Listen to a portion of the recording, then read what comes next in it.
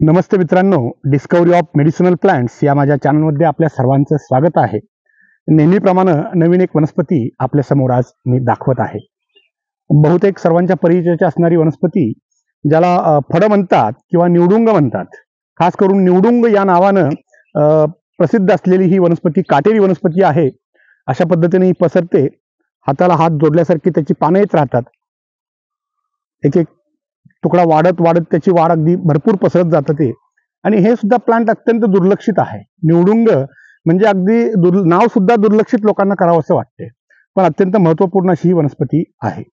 खास करून परदेशामध्ये याच्या अनेक जातींची लागवड ही अन्न म्हणून केली जाते. खास करून गुरांसाठी चारा म्हणून केली जाते.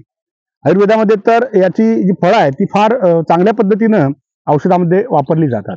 लाल रंगाची याला फळं येतात. त्या फळावरती देखील काटे असतात आणि त्या काट्यांना बाजूला काढून किंवा काही वेळा कसं करायचं असतं की ते गोल जे फळ असतं त्या फळामध्ये थोडीशी एखादी सळई किंवा सुरी टोचून आपण जर त्याला थोडंसं विस्तवावरती भाजलं तर काटे जळून जातात आणि ते लाल भडक फळ जे असतं ते आपल्या समोर येतं. ते फळ तुम्हाला चित्रात दिसेलच.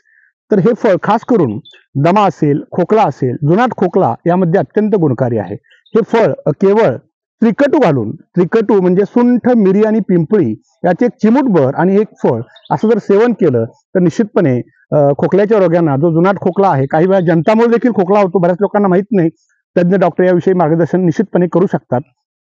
तर अशा वेळी हे उपनशिया डायलेनी किंवा हे निवडुंग जे आहे हे अत्यंत गुणकारी आहे. तर याच्या आणखीन काही ज्या जाती आहेत ह्या सध्या बागेमध्ये शोभेकरता लावल्या जातात. त्यांना काटे नसतात, पण औषधात वापरायचे असेल तर तुम्हाला ही काटेरी वापरू शकता. दुसरा एक महत्वाचा भाग, या फळाचा एक तुकडा काढून तुम्ही दोन्ही बाजू त्याची सालं काढून टाकलीत आणि ते तुम्ही खाऊ शकता. खायला सुद्धा त्याची चव चांगली लागते. निश्चितपणे अगदी फार भूक लागली असेल, तुम्हाला काही अन्न मिळत नसेल, जंगलात गेला असाल आणि झाड दिसलं तर समजून घ्या की आपल्याला अन्न उपलब्ध आहे आणि सहज तुम्ही औषध म्हणून घेऊ शकता.